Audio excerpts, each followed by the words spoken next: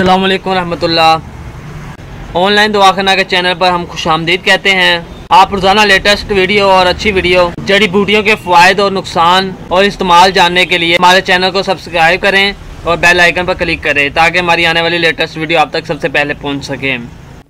आज की मेरी इस वीडियो का टॉपिक काले नमक के बारे में है। काले नमक के फ़ायदे, नुकसान और काले नमक का इस्तेमाल वगैरह मैं इस वीडियो में बताऊंगा और चंद एक अच्छे और मजरूब नुस्खे भी आपके सामने रखूंगा।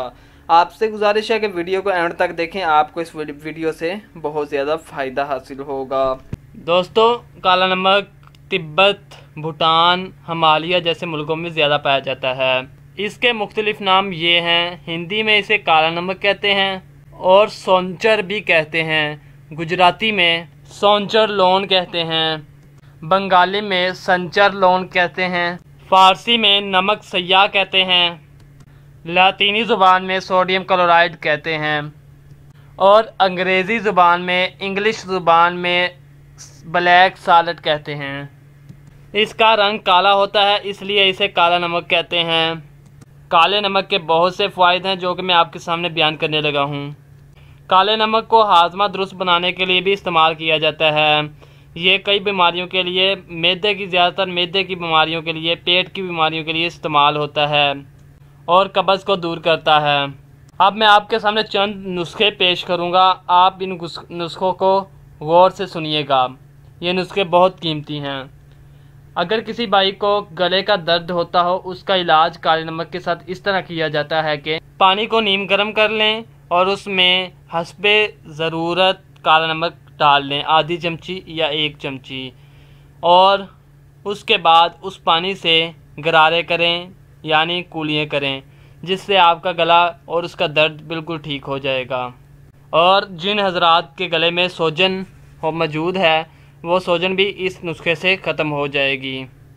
दोस्तों, इससे खांसी का इलाज भी किया जाता है। खांसी आने की वजह यह भी है कि सीने में कफ खुश्क होकर जम जाता है, जिसकी वजह से बार बार खांसी आती है।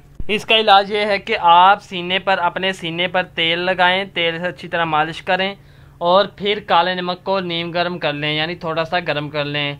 थोड़ा सा गर्म करने के बाद उसको एक पोल्टली में यानी कपड़े में, बारीक कपड़े में बांध लें। उससे आपने अपने जिस्म पर बार बार लगाना है, सीने पर, जहाँ पर ज़्यादा आपको खांसी महसूस होती है, यानी जिसको हम अपनी ज़ुबान में टकोर कहते हैं, टकोर करना। इससे आपकी खांसी बहुत जल्द दूर हो जाएगी।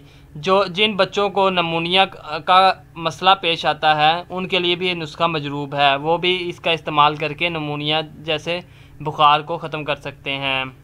जिन लोगों को कोई मसला बनता है, यानी कोई ख़राब चीज़ खा जाते हैं, यानी जहर वगैरह खा जाते हैं, उनको कै दिलाना लाजमी होता है।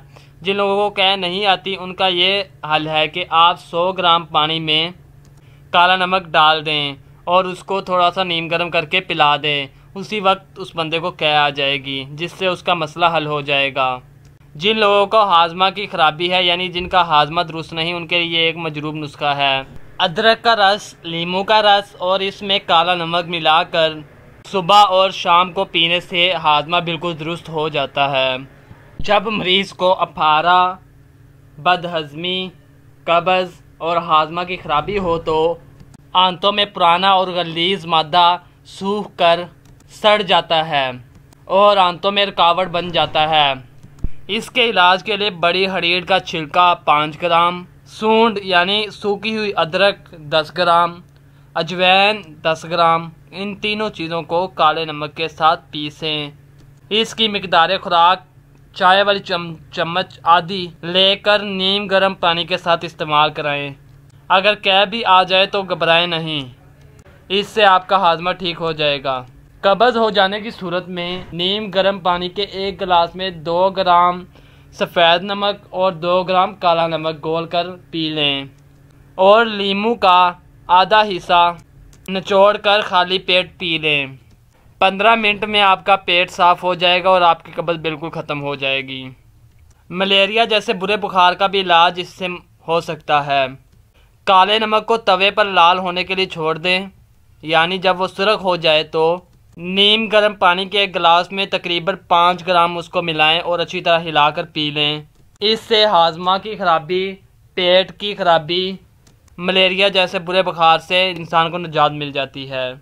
आखिरी बात यह कि मैं पेट के दर्द का एक बहुत अच्छा नुस्खा आपको आखिरी बताने लगा हूँ, ये भी आप गौर से सुन लें। पेट की हर किस्म की बीमारी के लिए है।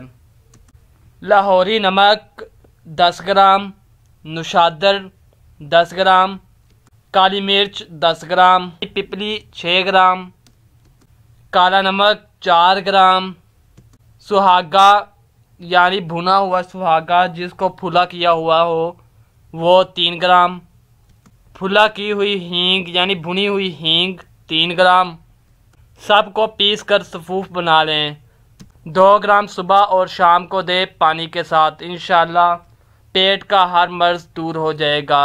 दोस्तों आज के लिए बस इतना ही, मिलते हैं नेक्स्ट वीडियो में। अल्लाह हाफिज़।